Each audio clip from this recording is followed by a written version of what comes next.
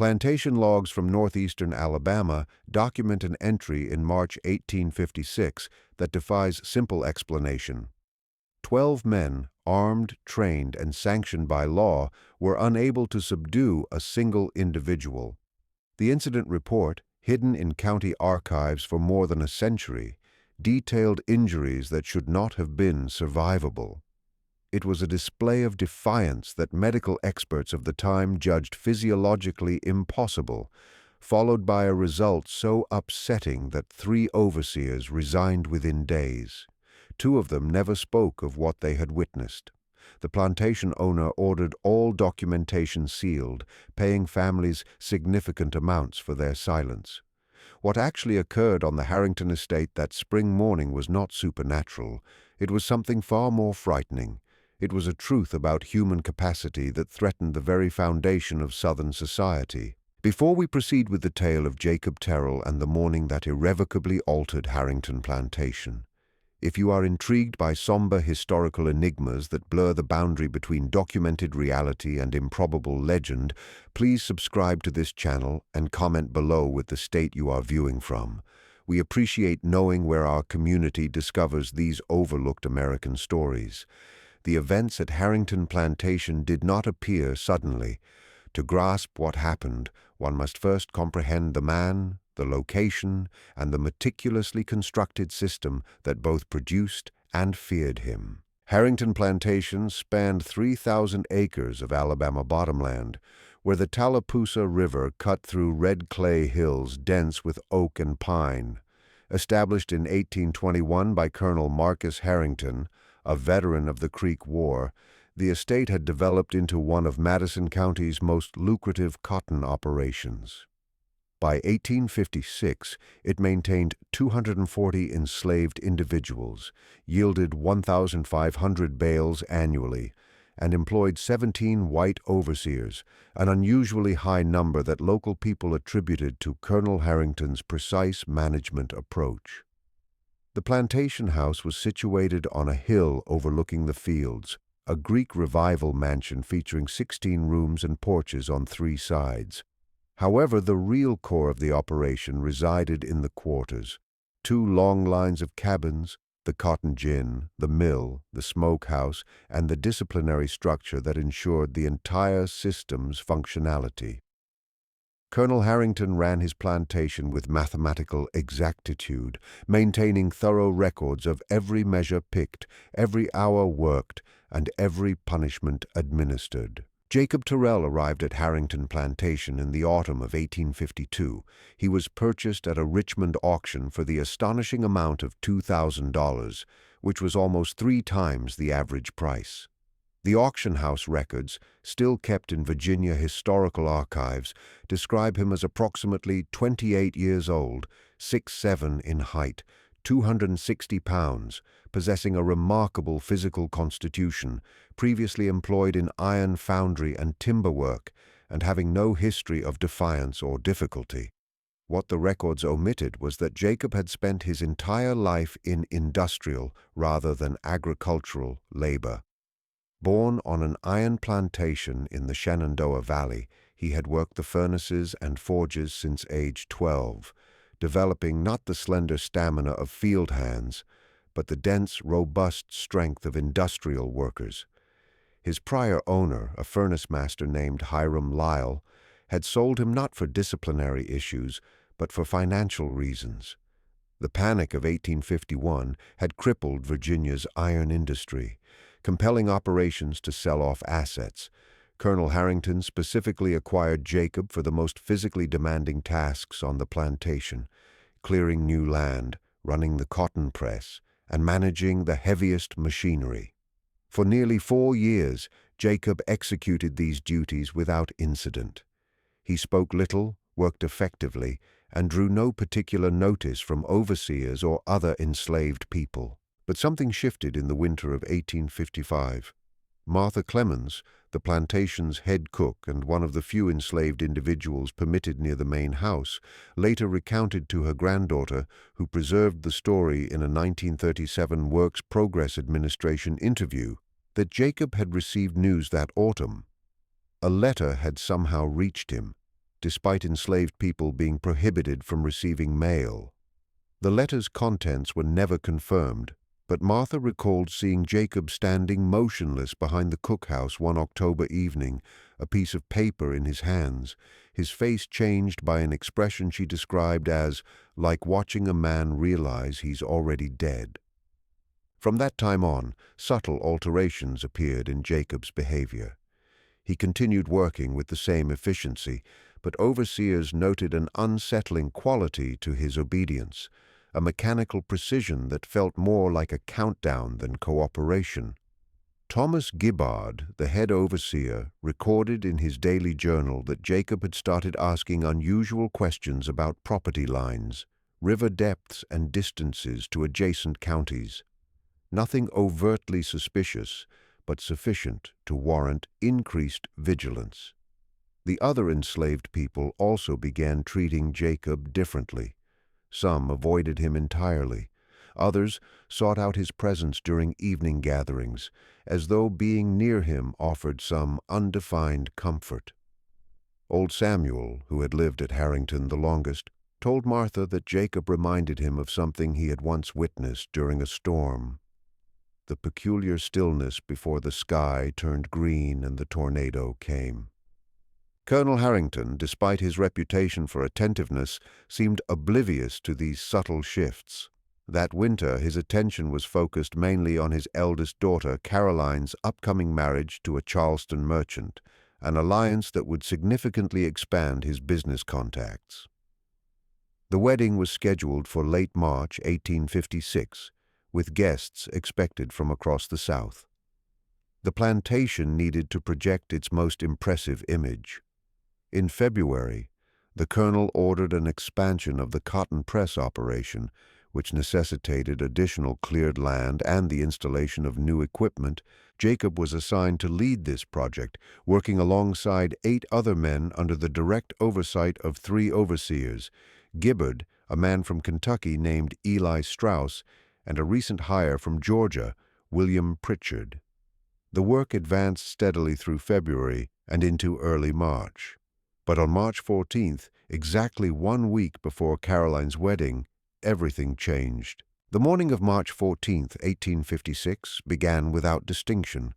Dawn arrived enveloped in a thick fog from the Tallapoosa River, the kind that transformed the plantation into a scene of gray shapes and muted sounds. The temperature hovered near 40 degrees, cold enough to see one's breath, but not cold enough to delay work. The plantation bell rang at 5:30 a.m. as it did every morning, summoning everyone to their tasks. Jacob reported to the cotton press area as directed, joining the work crew to prepare timber for the new press foundation. Thomas Gibbard was present, along with Eli Strauss and William Pritchard. The 3 overseers carried their standard gear: coiled leather straps, wooden bats, and Gibbard's pistol, which he wore visibly on his belt. According to multiple testimonies collected afterward, the trouble started around 7:15 a.m., although accounts differ regarding the specific catalyst. Gibbard's official report claims that Jacob refused a direct instruction to move a beam, displaying open defiance. Eli Strauss's written statement asserts that Jacob spoke disrespectfully when criticized for slow work. But Martha Clemens, who was collecting water from the nearby well, heard something entirely different. She later told her granddaughter that she had heard Gibbard announce that a letter had been intercepted, that its sender had been dealt with according to law, and that Jacob needed to comprehend the repercussions of unauthorized correspondence. Regardless of the actual trigger, what happened next was witnessed by at least a dozen people and documented in incident reports so unsettling that Colonel Harrington initially refused to submit them to county authorities. Gibbard approached Jacob with the leather strap, which was standard procedure even for minor infractions. Jacob, who had never previously resisted any form of punishment, did not move. Gibbard commanded him to prepare himself. Jacob remained motionless, his gaze fixed on something in the distance, toward the river. Some witnesses later said, although from that position the river was not visible through the fog. Gibbard struck him across the shoulders.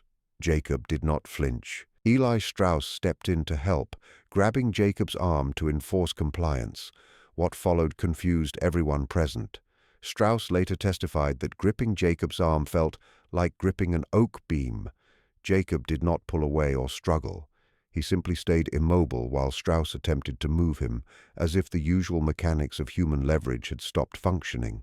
William Pritchard joined the effort.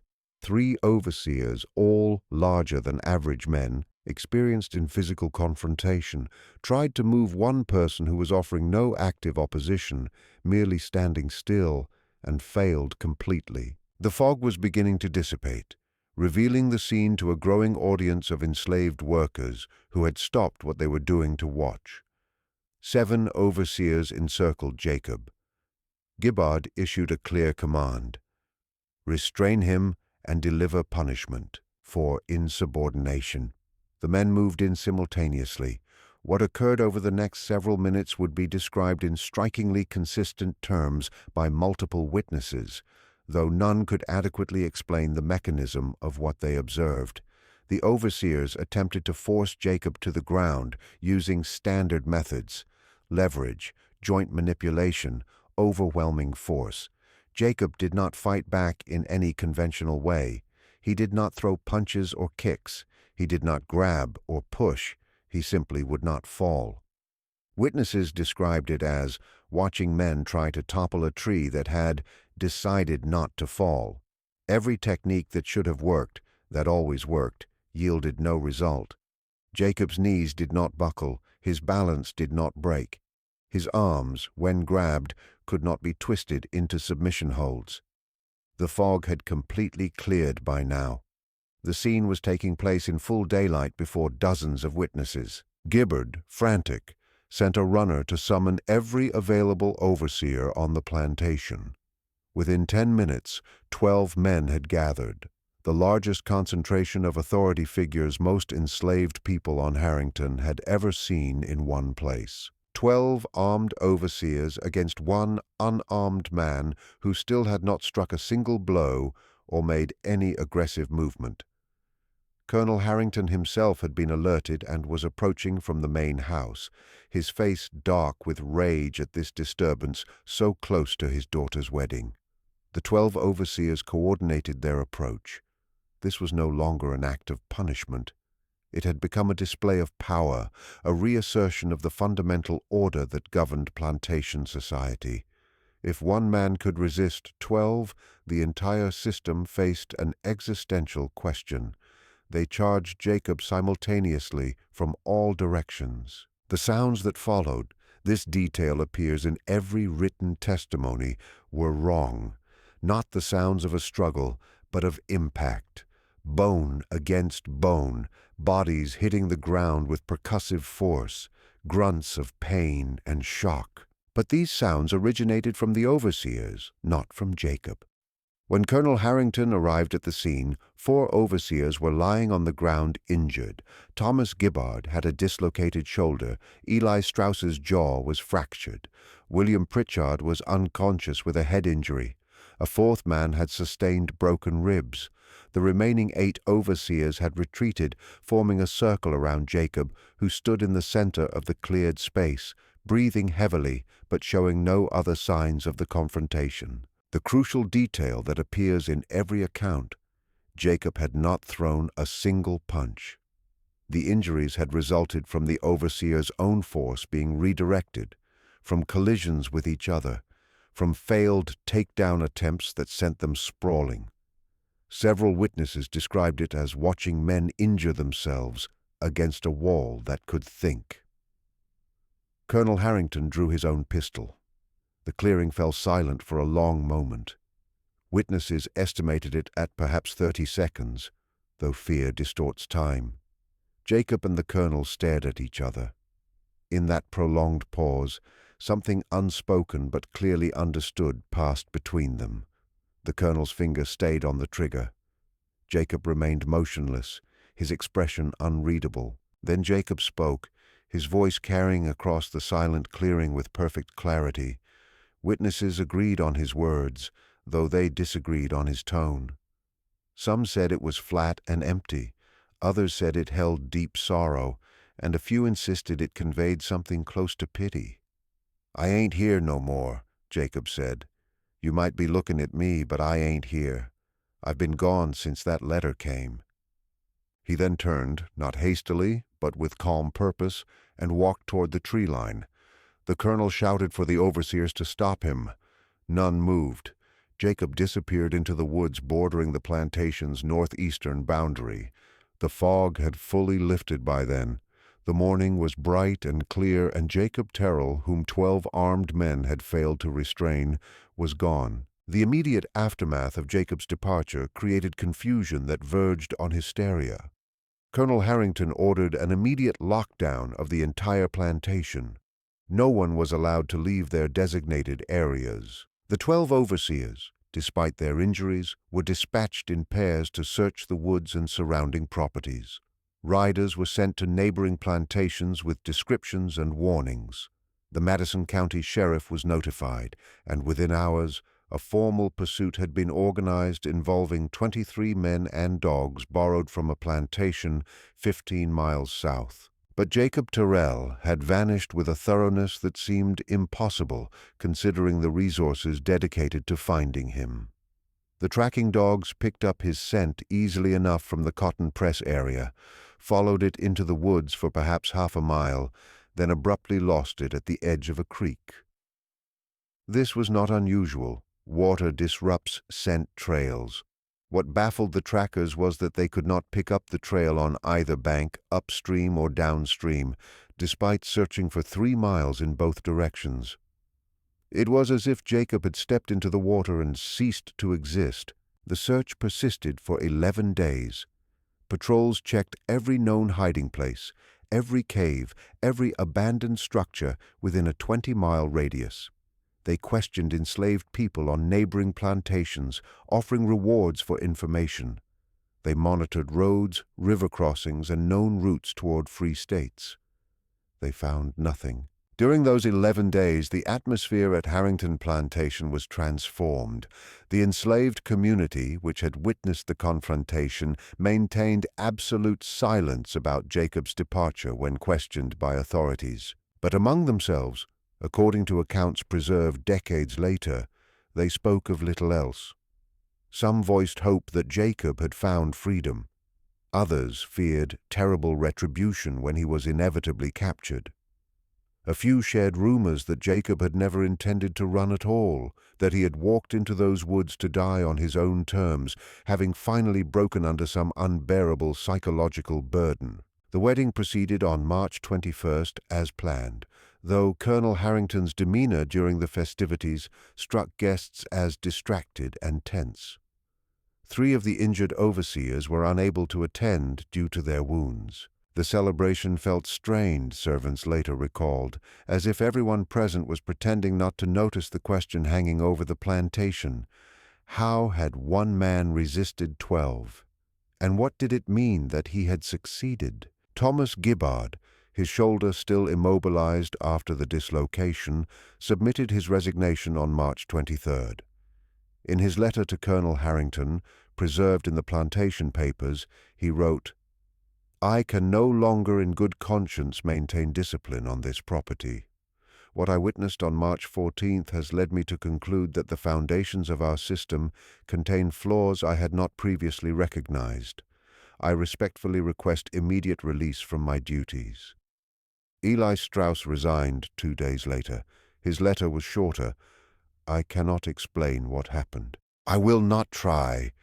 I'm going back to Kentucky." William Pritchard, who had been unconscious during the critical moments, remained at the plantation, but began drinking heavily. Other enslaved people reported seeing him standing alone near the cotton press area at odd hours, staring into the woods where Jacob had disappeared, his expression haunted. Colonel Harrington initially refused to discuss the incident. When compelled to provide information to county authorities, he submitted a minimal report describing Jacob as an escaped slave who exhibited unusual resistance to lawful restraint. He made no mention of the 12 overseers, the injuries, or the specific circumstances of the confrontation. The report listed Jacob's physical description, estimated value, and offered a standard $50 reward for his capture and return. But privately, the colonel began conducting his own investigation. He questioned everyone who had known Jacob, trying to understand what he had missed. He reviewed purchase records, work logs, any documentation that might explain what had transformed a supposedly compliant worker into someone capable of the March 14th resistance. His inquiries led him to the letter, the correspondence that Martha Clemens had mentioned that Gibbard had allegedly referenced during the confrontation. The colonel discovered that the plantation's mail, which was routinely inspected, had indeed intercepted a letter addressed to Jacob in February. The letter had been confiscated and destroyed before Jacob could receive it, which was standard procedure for unauthorized correspondence. However, the colonel's review of the mail logs revealed something unsettling. The letter had not been destroyed immediately.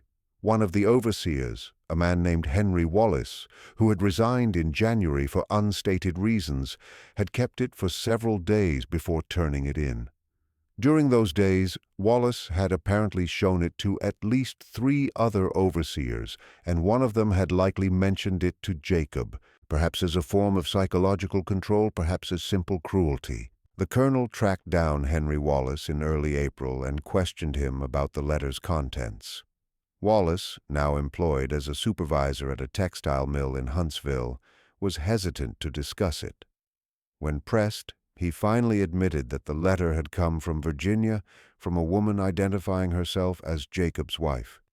The letter, Wallace recalled, had been brief and devastating. Jacob's wife had been sold south after her owner's death. She had written from a plantation in Georgia, having somehow gotten word to Jacob about her location. The letter contained a plea for Jacob not to attempt a rescue, an acknowledgement that they would never see each other again, and a final message. She was pregnant with their child, conceived during Jacob's last visit to Virginia before his own sail south. Wallace told the colonel that the letter's final lines had stayed with him. "Don't let them take you piece by piece. Whatever they do to the body don't matter if you keep yourself whole inside. Remember me, remember we real." The colonel asked why Wallace had resigned. Wallace's response, documented in the colonel's private journal, was disquieting. "After I read that letter, I couldn't look at any of them the same. I kept thinking about what it means to own a man who loves somebody. It started keeping me awake." Armed with this information, Colonel Harrington reevaluated the March 14th incident. Jacob's resistance had not been random defiance or sudden madness. It had been a deliberate choice made by a man who had lost everything that made compliance bearable. The "I ain't here no more" statement took on new significance. Jacob had psychologically detached himself from the conditions of his enslavement, making physical coercion meaningless because he no longer valued his own physical preservation. This realization bothered the colonel more than the escape itself. The system he had maintained so carefully relied on enslaved people having something to lose: comfort, relationships, the hope of better conditions. A man who had abandoned all hope, who decided his physical body was no longer his concern, could not be controlled by conventional means. On April 12th, nearly a month after the incident, a plantation hand discovered something near the northeastern property line, in the same general area where Jacob had entered the woods. It was a small cloth bundle, carefully wrapped and wedged into the hollow of an oak tree about 30 yards from where the dogs had lost Jacob's scent. Inside the bundle were 3 items: a small wooden carving of 2 figures holding hands, simple but meticulously crafted, a scrap of paper with an address in Georgia written in careful letters, and a piece of metal that appeared to be a tag from an iron foundry, the kind worn by industrial workers to identify their specialized skills. But what disturbed those who examined the bundle was the accompanying note, written on a torn piece of what appeared to be the intercepted letter. The handwriting was crude but legible. "I ain't running. I'm walking slow and steady. Am going to Georgia. Probably take me 4 months if I move careful. If I make it, you won't never hear of me again. If I don't make it, At least I died trying to get back to what matters. That morning at the press, I wasn't fighting nobody. I was just showing y'all that I ain't a thing you can move around no more. I'm a man deciding where he goes. You can kill a man like that, but you can't work him." The note continued, "Colonel Harrington, you reading this, I want you to know I ain't got no hate for you. You built your life on top of a lie you was told was true, and I feel sorry for you having to live with that. The real curse ain't on us.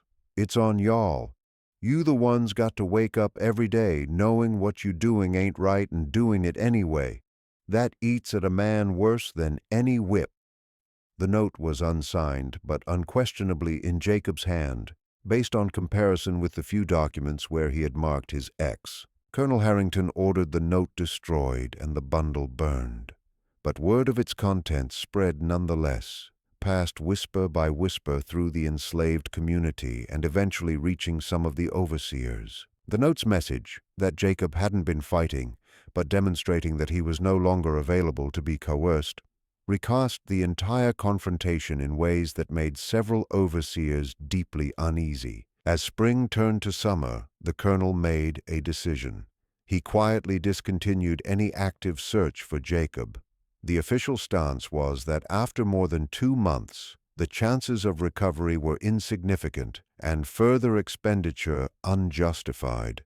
But privately, the colonel confided to his brother-in-law that he hoped Jacob had died in the woods or been killed attempting to reach Georgia, because the alternative, that Jacob had successfully completed a 350-mile journey through hostile territory, raised questions he did not want answered. The alternative meant that determination and strategic thinking could overcome systems designed to prevent exactly that. It meant that compliance was a choice that could be retracted. It meant that the whole apparatus of control was more fragile than anyone wanted to admit. Summer transitioned into autumn with no news of Jacob Terrell. The Harrington plantation reverted to its routines, though subtle changes lingered.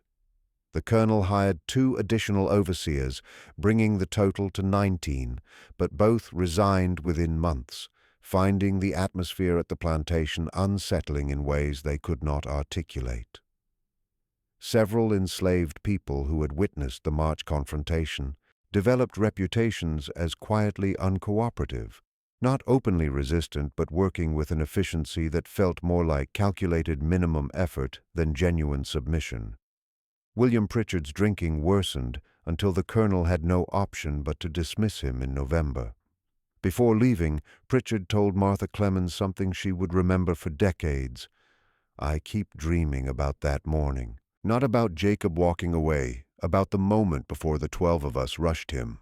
The way he looked at us, like he was already somewhere else, and we was the ones who wasn't real no more." Then, in January 1857, 9 months after Jacob's disappearance, a letter arrived at Harrington Plantation. It bore a Georgia postmark and was addressed to the owner of Harrington Estate, Madison County, Alabama. The letter from Georgia sat unopened on Colonel Harrington's desk for 3 days. He would have recognized the handwriting anywhere. It matched the note found in the tree hollow, and more disturbingly, it bore the same distinctive mark Jacob used to sign documents, a simple X with a small circle at its center, a mark he had apparently developed working at the iron foundry to distinguish his signature from others who could not write. When the colonel finally opened it on January 19, 1857, the contents were brief. "Colonel Harrington, I made it. Took me until October, but I made it. I am writing to tell you 3 things. First, I ain't your property no more, and I ain't running. I am with my wife and my son, who was born in August. We are together, and that is all I wanted. Second, I want you to know that I held no anger that morning in March. You was doing what you thought was right based on what you was taught, but that don't make it right. Third, I'm sending this letter because I want you to understand something important. Every single person you own is making the same choice I made every single day. They are choosing to stay, or choosing they ain't strong enough yet to leave, or choosing they got reasons that matter more than freedom right now. But they are choosing. You don't own nobody, Colonel. You just got a system that makes it hard for people to choose different. But hard ain't the same as impossible. I prove that. This letter is my way of saying that everything you think is solid ain't solid at all. I hope you think about that. I hope it bothers you. The letter was unsigned beyond the X and circle mark. Colonel Harrington's hands, witnesses later reported, were shaking when he finished reading. He immediately summoned Thomas Gibbard, who had reluctantly returned to the plantation in November after failing to find other work. The colonel showed him the letter and asked a single question. "Is this real? Could he actually have made it?" Gibbard studied the letter for a long moment. 350 miles through Mississippi and Alabama into Georgia, he finally said, avoiding patrols, slave catchers, river crossings, winter coming on, no resources, no help, no maps. It shouldn't be possible. But the colonel pressed. "But Jacob Terrell did things that shouldn't have been possible on March 14th, Gibbard said quietly. "Maybe impossible is different than we thought." The colonel sent an inquiry to the Georgia plantation mentioned in Jacob's original letter bundle, the address where his wife had been sold. The response arrived 6 weeks later. Yes, an enslaved woman matching the description had been on their property. Yes, she had had a son in August, and yes, she had escaped in late October with her infant, disappearing in the same, frustratingly complete manner as Jacob. The Georgia overseer who wrote the response added an intriguing detail. On the night before the woman's escape, one of our patrols reported seeing an unusually large man near the property's northern boundary. When they approached to investigate, the figure retreated into the woods. They pursued, but lost him within minutes, which struck us as strange given the clear moonlight and open terrain. The next morning, the woman and infant were gone. We assumed the large man was an accomplice, possibly a freedman from a nearby town who'd been hired to assist. But now, receiving your inquiry, I wonder if we witnessed something else entirely. This news spread through Harrington Plantation like wildfire. Even though the colonel attempted to suppress it, the enslaved community received it with complex emotions, joy at Jacob's success, fear of heightened surveillance, and something else that worried the overseers, a visible change in how people conducted themselves. Not open defiance, but a subtle straightening of shoulders, a fractional decrease in submission. Martha Clemens later described it to her granddaughter. After word got around about Jacob and his wife, people started walking different. Not loud different, quiet different, like they remembered something they'd forgot. The colonel, growing increasingly paranoid, ordered additional security measures, more frequent cabin inspections, tighter control over movement between quarters, prohibition on gatherings of more than 4 people. He hired 3 new overseers specifically to patrol the property boundaries at night. But these measures created exactly what they were intended to prevent: more resentment, more quiet resistance, more people making the same calculation Jacob had made about what could be endured versus what could be attempted. In April 1857, 2 more people escaped from Harrington Plantation. Neither was captured. The colonel blamed a lax security and fired 1 overseer as an example. In June, 3 more vanished in a single night. Again, no trace was found. This was not typical. Plantation escapes were frequent enough, but successful escapes, people who truly disappeared without being recovered within days or weeks, were rare. 6 people in 3 months, all disappearing as completely as Jacob had, suggested something organized, something the colonel could not identify or counter. Thomas Gibbard approached the colonel in July with a disturbing observation. He had been comparing the escape dates with moon phases and had noticed a pattern. Every escape occurred during the new moon when darkness was most complete. Furthermore, all 6 people who had escaped had been present during the March 14th confrontation with Jacob. They had watched him resist 12 overseers and walk away. They had seen that impossible is different than we thought. "Jacob's not here," Gibbard told the colonel. "But what he did is still here. It changed something. People saw a different possibility, and now they can't unsee it." The colonel, desperate to reassert control, made a decision that would torment him for years. He ordered a public punishment of someone he suspected of facilitating the escapes, a man named Daniel Hayes, who had been friends with several of those who disappeared.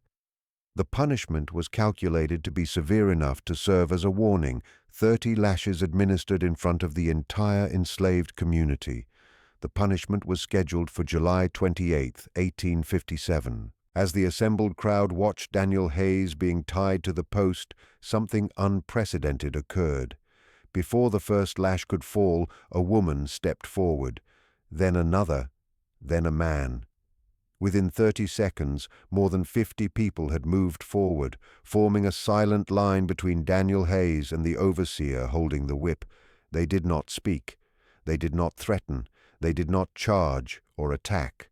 They simply stood there, present and refusing to move, creating a human barrier that could not be bypassed without violence that would injure dozens of people. The overseer looked to the colonel, whose face had gone pale. The colonel ordered the crowd to disperse. No one moved. For 5 minutes, multiple witnesses timed it, nothing happened. The two groups stood facing each other in silence, neither willing to escalate, neither willing to back down. Then, from somewhere in the middle of the line of enslaved people, someone began humming. The tune was simple, repetitive, one that several people recognized from work songs. Within moments, others joined. Not loudly, not defiantly, just a steady, continuous hum that filled the silence with a sound that somehow felt more unnerving than shouting would have been. The colonel, recognizing that actually dispersing this group would require violence that might spiral out of control, made a rare concession. He ordered Daniel Hayes released and the punishment postponed, pending further investigation. As the crowd dispersed, the colonel noticed something that chilled him more than the confrontation itself.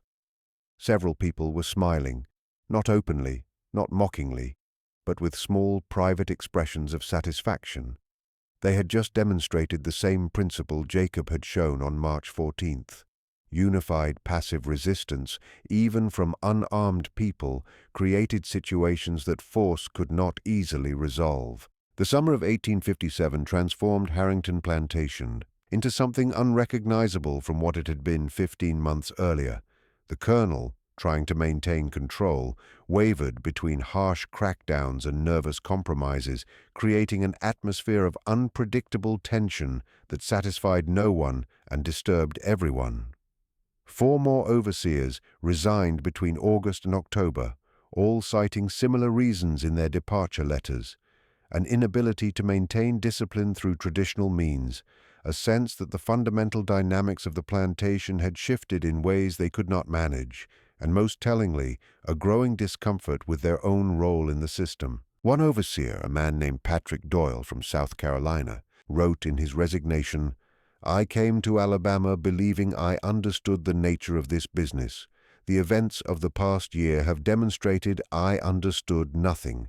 When 50 people can stop a lawful punishment simply by standing still, when 6 people can disappear as completely as if the earth swallowed them, when stories about one man's resistance can change how hundreds of others think about their circumstances, then the entire operation rests on foundations more fragile than any of us wanted to admit.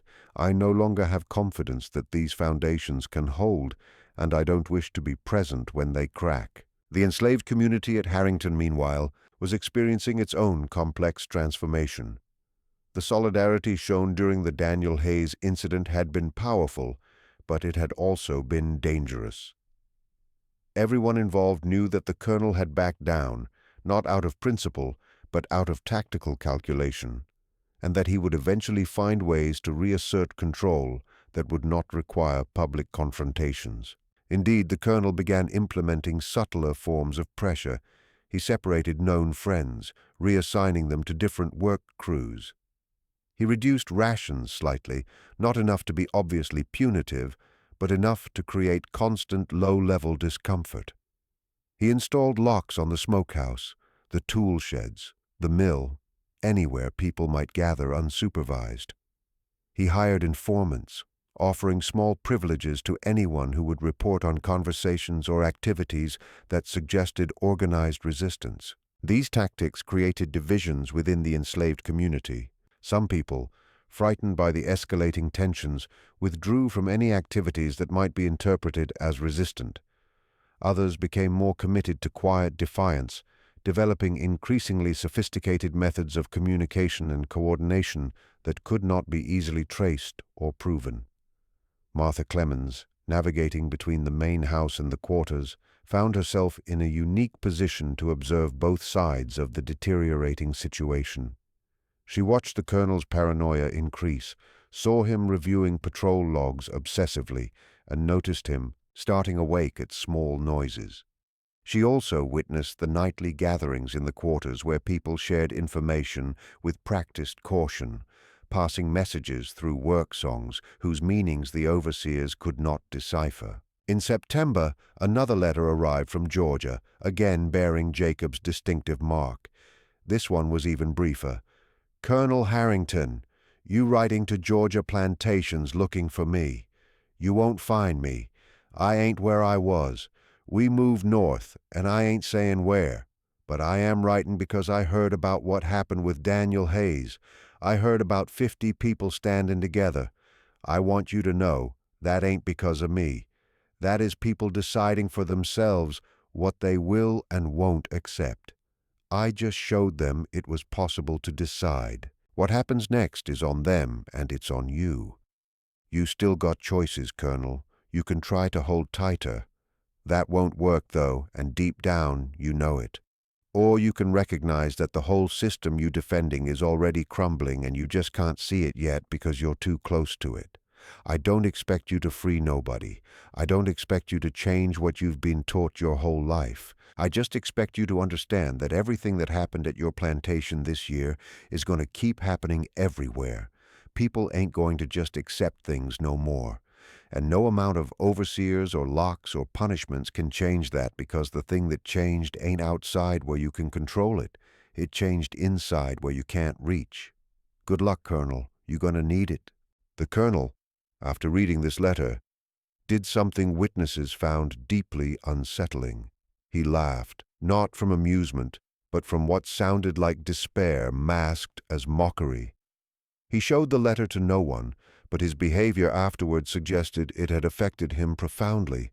He began spending hours alone in his study, reviewing plantation records from previous decades, as if searching for the moment when things had started to shift.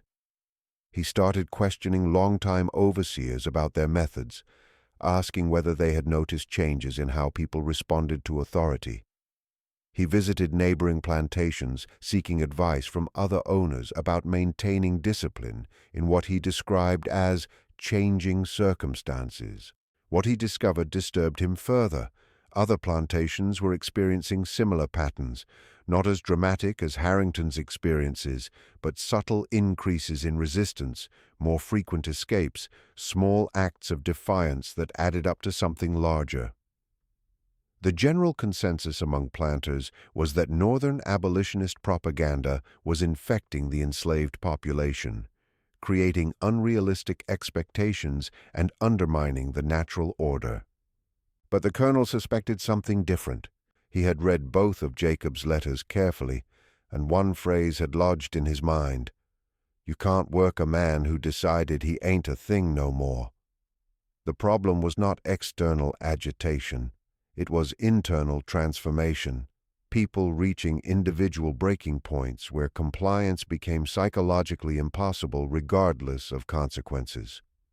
And if that was true, then no amount of security could solve the problem, because the threat was not external enemies, but the fundamental humanity of the people whose humanity the system required denying. This realization, more than anything specific Jacob had done, was what truly terrified the Colonel. He began to understand that Jacob Terrell hadn't won through physical strength or clever escape planning. He had won by simply deciding with absolute conviction that he was a person with the right to make decisions about his own life, and then acting on that decision with complete commitment. That decision, witnessed by hundreds of people, had planted an idea that could not be uprooted. If Jacob could decide, so could they. In November 1857, the colonel made an extraordinary choice. He sold 75 people, nearly a third of Harrington's enslaved population, to plantations across 3 different states.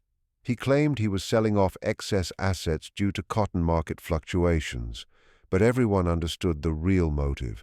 He was breaking up the community that had witnessed Jacob's resistance and the subsequent events. The sales were intentionally cruel in their targeting. He separated families, split up known friends, and sent individuals to plantations hundreds of miles apart where they would have no existing connections or support networks. The goal was to disperse the memory of what had occurred at Harrington, to prevent the story from continuing to spread and inspire. But memories, as the colonel would discover, do not require physical proximity to endure. They travel through letters, through new arrivals at plantations who had heard stories from those who had been at Harrington, through the mysterious networks of communication that existed despite all efforts to suppress them. And Jacob's story, amplified by each retelling, was becoming something greater than the man himself. It was becoming a parable about resistance, about the moment when a person decides that existence without dignity is no longer acceptable, about the power of witnessing someone refuse to be moved. The people sold away from Harrington carried these stories with them. And everywhere they went, those stories changed something small but significant in how people thought about their circumstances. Just when we thought we had heard the full story, the implications of what began at Harrington Plantation in March 1856 were spreading far beyond one property in Madison County. If this story is giving you chills, share this video with a friend who appreciates dark mysteries. Hit that like button to support our content, and don't forget to subscribe so you never miss stories like this. Let's explore together what happened to both Jacob Terrell and Colonel Harrington in the months and years that followed. The winter of 1857-1858 brought a cold that penetrated deep into Alabama's bones, unusual for a region accustomed to mild seasons. The Tennessee River froze solid enough in places that people could walk across it, something locals said they had not seen in 40 years. At Harrington Plantation, now operating with a reduced and intentionally fragmented population, the cold seemed to mirror the atmosphere of suspicion and resentment that had replaced the property's former brutal efficiency. Colonel Harrington had aged noticeably over the 18 months since Jacob's resistance. Neighbors commented on his graying hair, his distracted manner, his obsessive attention to security details that seemed disproportionate to actual threats. His daughter, Caroline, now married and living in Charleston, visited for Christmas and was disturbed enough by her father's state to write her husband, "Papa is not well, though he denies it. He speaks constantly of the need for vigilance, starts at small noises, and has developed the habit of reviewing patrol reports at odd hours. He reminds me of a general convinced the enemy has infiltrated his lines, but unable to identify where the breach occurred."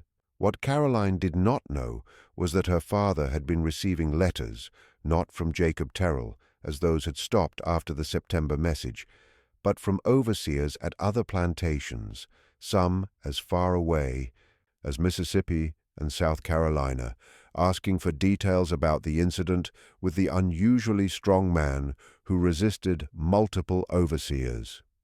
The colonel's careful attempts to suppress the story had failed completely. Jacob Terrell's resistance had become a legend circulating through the network of plantations, slave quarters, and even some abolitionist publications in the North. Each retelling embellished the details, but maintained the core narrative. One man had decided he wouldn't be moved, and he hadn't been. In February 1858, nearly 2 years after Jacob's departure, the colonel received a visitor that no one at the plantation expected, a Kentucky lawyer named Ambrose Stillwater, representing a client he refused to identify. Stillwater requested a private meeting with the colonel, bringing with him a leather satchel that he guarded carefully. In the colonel's study, Stillwater stated his purpose. His client, and he emphasized that attorney-client privilege prevented him from revealing the identity, wished to purchase detailed information about Jacob Terrell's background, training, physical capabilities, and the circumstances of his resistance and escape. The client was willing to pay substantially for this information. $500, an enormous sum for what amounted to historical data about someone who was legally still the colonel's property, though practically unrecoverable. The colonel asked why anyone would pay so much for such information. Stillwater's response was carefully phrased. My client is interested in understanding the limits of human capability under extreme psychological pressure. The incident at your plantation appears to represent a case study of unusual interest. The colonel refused. He wanted no further documentation of what had happened, no more attention drawn to the events that had undermined his authority and scattered his workforce. He ordered Stillwater off his property, but Stillwater left behind a document that he claimed the colonel should review in the interest of understanding the full scope of what occurred. The document was a compilation of incident reports from 8 different plantations across 4 states, spanning from March 1856 to January 1858. Each report described some form of organized resistance, work stoppages, mass refusals to accept punishment, coordinated escapes, and each incident could be traced through chains of communication the compilers had painstakingly reconstructed back to people who had either been at Harrington Plantation or had direct contact with someone who had been there. The pattern was undeniable. Jacob Terrell's act of individual resistance had inspired collective resistance. The story of one man standing immobile while 12 overseers failed to move him had become a catalyzing narrative that people used to reframe their understanding of what was possible. One report from a plantation in Mississippi was particularly striking. 23 people had simply stopped working in the middle of the cotton picking season, stood in the field, and refused all orders to resume. When the overseer approached with a whip, they had formed a tight group. No one attacking, no one running, just standing together in a way that made any punishment impossible without dangerous escalation. The standoff had lasted 6 hours before the plantation owner conceded to a negotiation about working conditions. The report noted that several of the participants had been purchased from an Alabama estate that had sold off assets the previous November, Harrington Plantation. The colonel, reading these reports in his study while sleet rattled the windows, experienced something close to an epiphany, though it was built from dread rather than enlightenment. Jacob Terrell hadn't just escaped. In April 1858, the colonel made a decision that shocked his family and neighbors. He began the process of selling Harrington Plantation. The official explanation was that he intended to retire, that the burdens of management had become too demanding for a man approaching 60, but those close to him suspected the truth.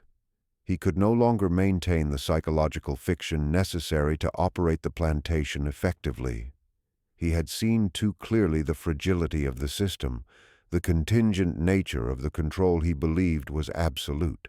The sale was completed in September 1858. The new owner, a merchant from Mobile with no plantation experience, paid a price that reflected the property's fundamental assets: land, buildings, equipment, but not its reduced workforce or damaged reputation.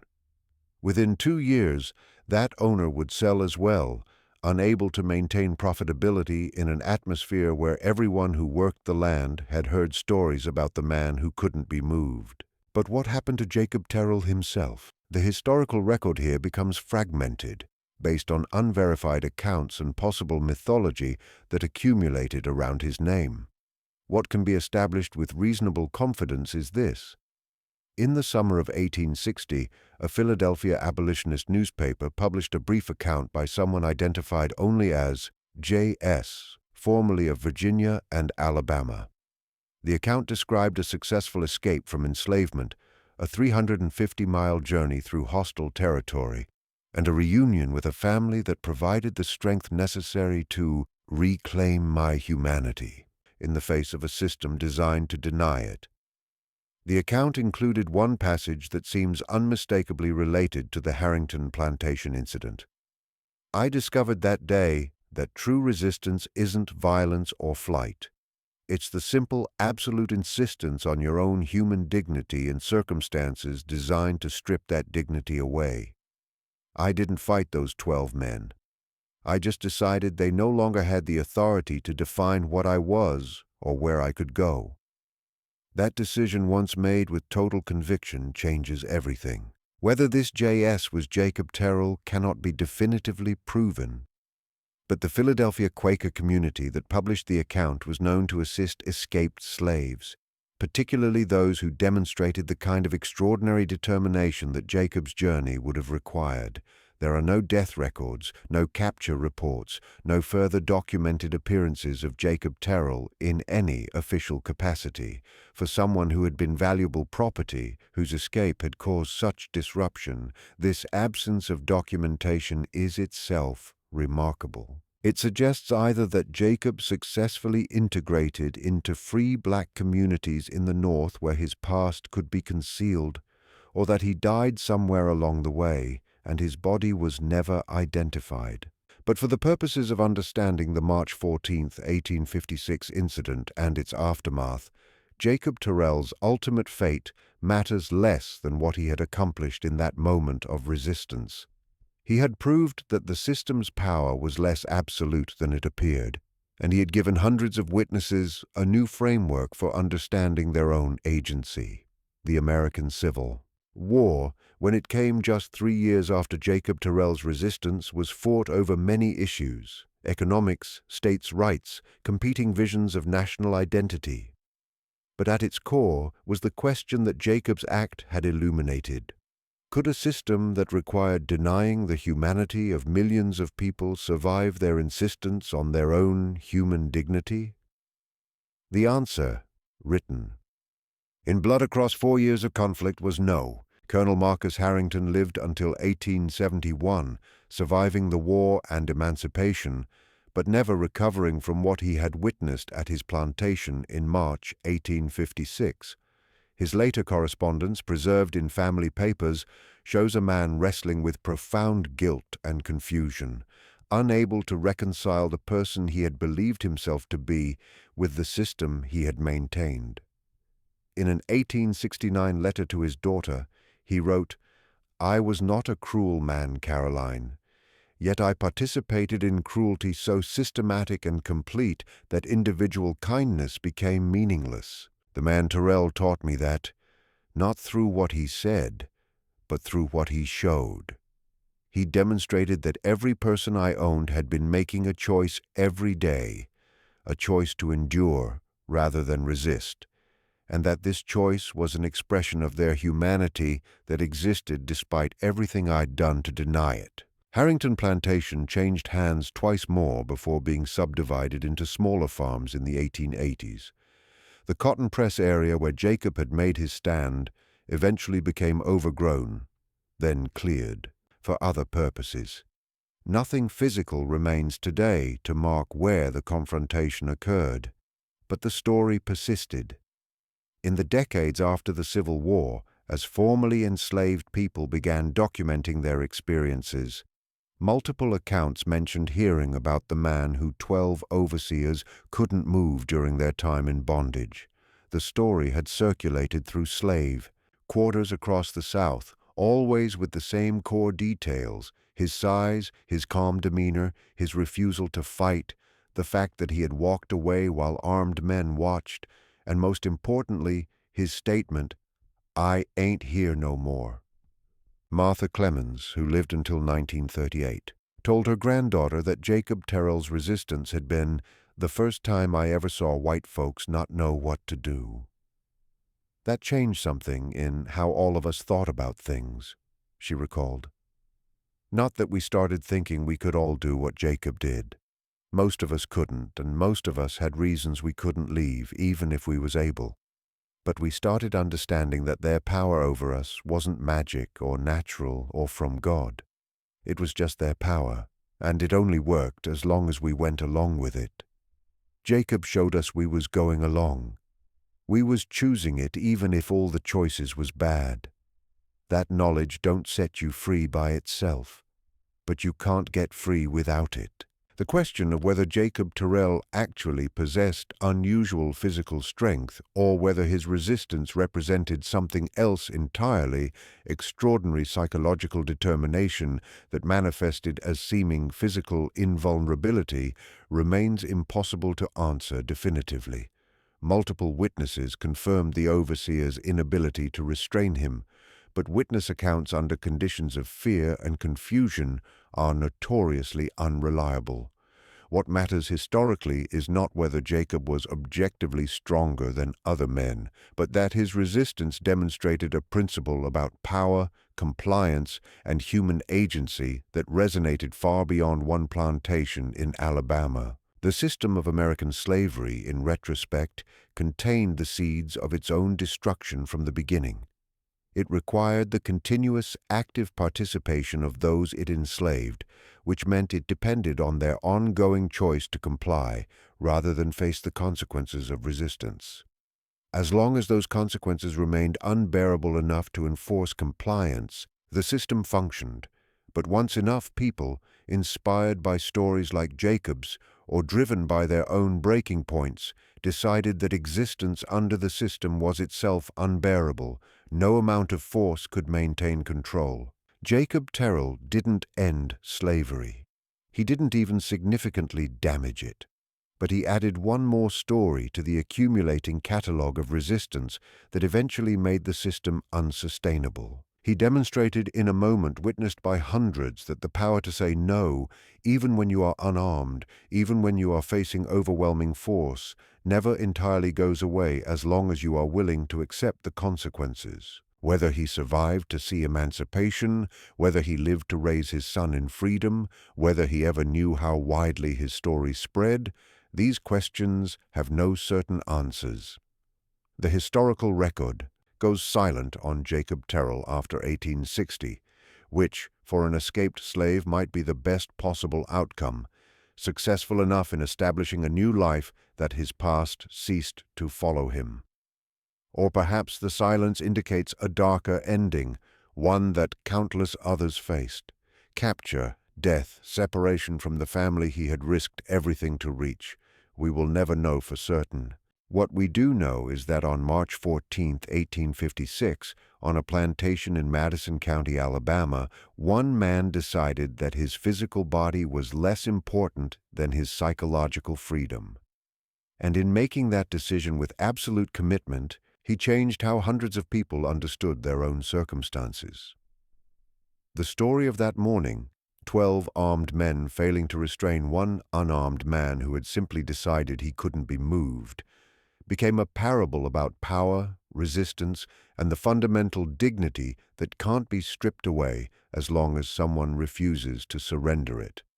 This mystery shows us that sometimes the most powerful acts of resistance aren't violent uprisings or dramatic escapes, but simple refusals to participate in your own oppression. Refusals made with such complete conviction that they reveal the system's dependence on compliance. What do you think of this story? Do you believe Jacob Terrell possessed unusual physical strength, or was his resistance purely psychological? A determination so absolute it manifested as physical immovability? Leave your comment below. If you enjoyed this tale and want more dark historical mysteries like this, subscribe, hit the notification bell, and share with someone who loves exploring the forgotten moments that challenged America's most brutal systems. See you in the next video.